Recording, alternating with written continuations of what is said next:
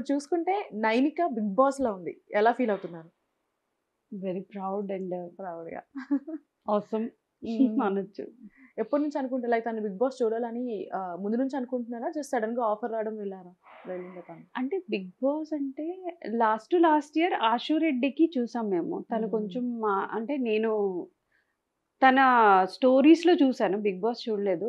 ఆశు రెడ్డి చూసి తను పోస్ట్ పెట్టడం అవన్నీ చూసి తర్వాత తన గ్రోత్ చూసా యాక్చువల్లీ ఆశు రెడ్డి ఓకే. గ్రోత్. సో నేను అనుకున్నా ఇట్స్ ఎ గుడ్ ప్లాట్‌ఫార్మ్ అన్నమాట.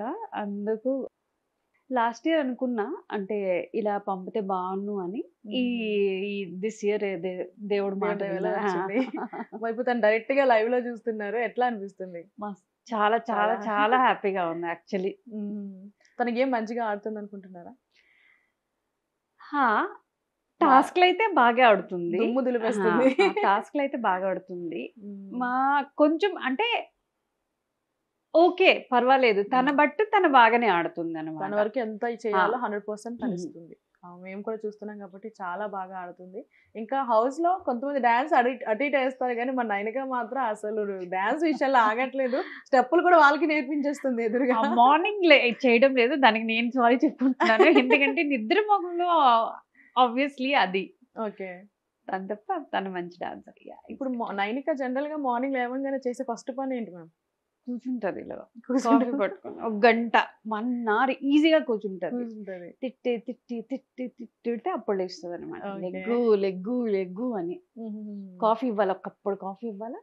అప్పుడు సెట్ అయితది మొత్తం. మెల్లగా అది మళ్ళీ చల్లారే వరకు వెయిట్ చేసి సిప్ తాగుతది.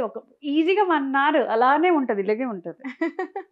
కానీ ఇప్పుడు బిగ్ బాస్‌లో మాత్రం మొత్తం చేంజ్. బిగ్ బాస్ మార్చేస్తది మొత్తం. అది 3 టైమ్స్ తింటుంది. ఎప్పుడు ఇంట్లోనమ్మో 1 టైమే లంచ్ డైరెక్ట్ మార్నింగ్ లేసి ఫ్రూట్ కట్ చేసి ఇచ్చిన టిఫిన్ నేను టిఫిన్ చేయడమే మానేసానన్నమాట. తన అలా కోసం. నిజంగా. మరి బిగ్ బాస్ హౌస్‌లోకి వెళ్ళింది కదా! తను చిన్నప్పుడు చూసుకుంటే అసలు తను ఏమవుదాం అనుకుంది జనరల్‌గా? స్విచ్ అయ్యేది. అప్పటికి అడ్వకేట్ అనేది, అప్పటికి డాక్టర్ అనేది, అప్పటికి ఫిజిషియన్ అవుతాననేది, కెమిస్ట్ అవుతాననేది. తన కెమిస్ట్రీ చాలా అంటే మంచి క్లాస్‌లో ఇంగ్లీష్, కెమిస్ట్రీలో తనకి హైయెస్ట్ మార్క్స్ వచ్చేవన్నమాట.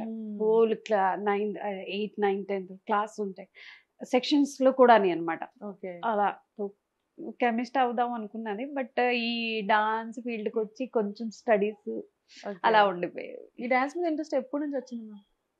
తను 5 ఇయర్స్ నుంచి అంటే అప్పటి నుంచి ఈ జర్నీ కంటిన్యూగా ఉంది. Still going on. స్టిల్ ఇప్పటికి అవును.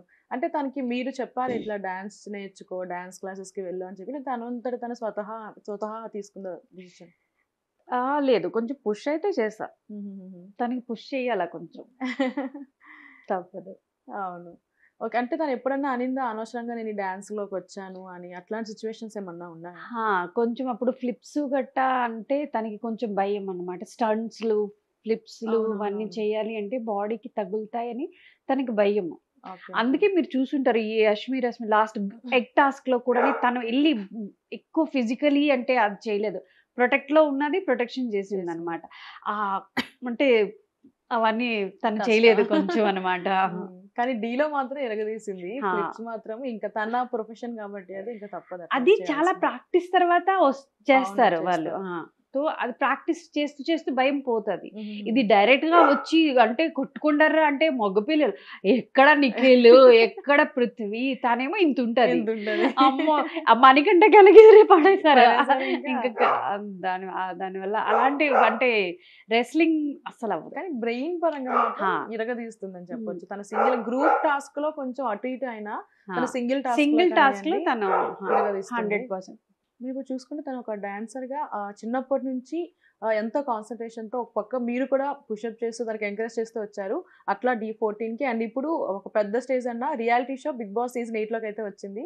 మరి ఈ జర్నీ ఏంటి అంటే ఎలాంటి కష్టాలు ఫేస్ చేసింది తను? లైక్ చాలా అంటే తను ఫేస్ చేయలేదు. ఆఫ్‌కోర్స్ నేను చేశాను.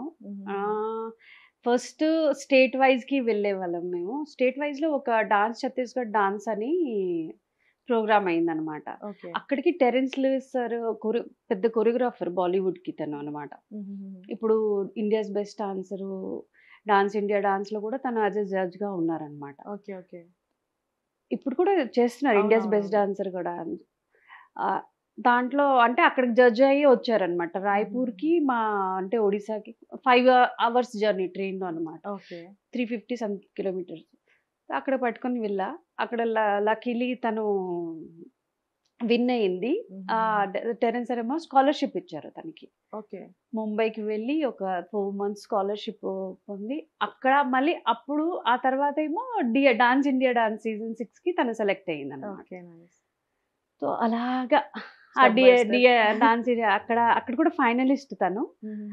అక్కడ జడ్జు ప్రధానమిని అంటే తన గ్రూప్ లో ఉండేవారు మ్యామ్. ఆ మ్యామ్ ఏమో శశి మాస్టర్ కి సజెస్ట్ చేశారు, రిఫర్ చేసింది అనమాట. తనకి తీసుకో మీరు డూ డీకి అని. తనకి ముందైతే డీకి నేను చేసిన కాల్స్ అన్లిమిటెడ్ కాల్స్ చేశాను అనమాట. వాళ్ళు నంబర్ ఇస్తారు ఆడిషన్ కి నంబర్, బట్ ఆ నంబర్ పిక్ చేయరు. ఓకే. నాకు అర్థం అవ్వలేదు. నేను ఇది యాక్చువల్లీ డీ సెట్ లో కూడా చెప్పాను అనమాట. Okay. Okay. Thankfully Shashi master కి నేను థ్యాంక్స్ చెప్తాను. తను తీసుకొని వచ్చారు డీ.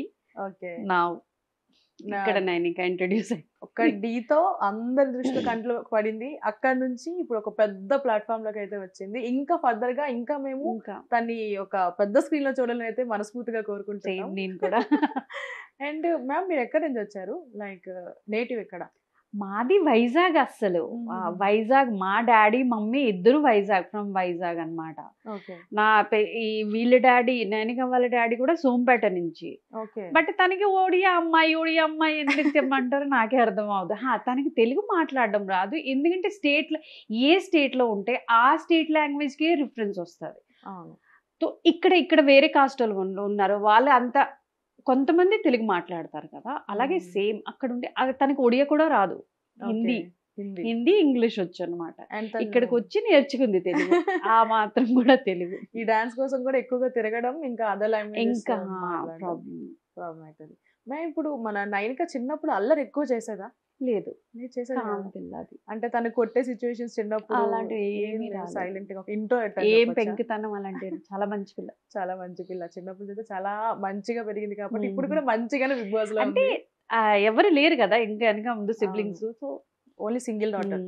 సో చాలా ముద్దుగా, చాలా మంచిగా, చాలా డీసెంట్ గా పెరిగిందని చెప్పొచ్చు. రీసెంట్ గా మన జానీ మాస్టర్ ఇష్యూ కానివ్వండి, యాజ్ అ డాన్సర్ గా నైనిక కూడా ఒక డాన్స్ స్టేజ్ నుంచి ఇంతవరకు వచ్చింది. సో అలాంటి సిచ్యువేషన్స్ ఏమన్నా ఫేస్ చేసిందా? చేసింది ఉంటాయి. కొంతమంది బయట వస్తే, కొంతమంది యాక్చువల్లీ ఏ సిచ్యువేషన్ కైనా మనం అవాయిడ్ చేయాలన్నమాట. అంటే ప్లస్ మైనస్ ఉంటాయి ఎవ్రీ సిచ్యువేషన్ కి, మనం ఎలా తీసుకుంటాం అది మన లక్. అవును. ఇప్పుడు ప్రతిసారి తనతో కలిసి మీరు వెళ్తుండే వాళ్ళ? ప్రతిసారి దిస్ ఈస్ ఫస్ట్ టైం అనమాట. ఇన్ 23 years లో ఫస్ట్ టైం తన వేరు, నేను వేరు. తను సెపరేట్, ఎక్కడికి వెళ్ళినా సరే తనకి ఎక్కడికి వెళ్ళినా. మరి తనైతే ఇంకా మిస్ అవుతుంది మీకు. అట్లీస్ట్ లైవ్ చూస్తున్నారు కాబట్టి తను ఇంకా మిస్ అవుతుంది. అందుకే ఎప్పుడు మమ్మీ మమ్మీ మమ్మీ అవుతుంది అనమాట. మమ్మీ మా మమ్మీ. అవును. మరి రీసెంట్గా మిమ్మల్ని తలుచుకొని ఏడడం కూడా జరిగింది. దానికి ఏం చెప్తారు? మమ్మీకి సారీ అని చెప్పేసి అనడం జరిగింది కదా, దానికోసం ఏం చెప్తారు? అంటే కొన్ని విషయాలు అక్కడ ఎత్తొద్దు అని నేను అడ్వైస్ ఇచ్చి స్ట్రిక్ట్లీ వార్న్ చేసి పంపించా. తను ఎత్తిందని తను సారీ చెప్పుకుంది అనమాట. ఓకే. మరి ఆ స్టోరీ ఏమన్నా చెప్తారా? లైక్ లేదా కొన్ని అంటే అది తన ఆ టీనేజ్ స్టేజ్ లో ఉంది, అన్నిటికీ అంటే నార్మల్ గా తీసుకుంటది. బట్ యాజ్ ఎ పేరెంట్ నేను కొన్ని విషయాలకి సపోర్ట్ చేయకుండా ఉంటే బెటర్. ఓకే. మరి మన నైనికకి పెళ్ళి ఎప్పుడు అంటారు? అమ్మా ఎంత బేగైతే ఇంత త్వరగా చేయరు. ఆ మెచ్యూరిటీ రావాలి ఇంకా.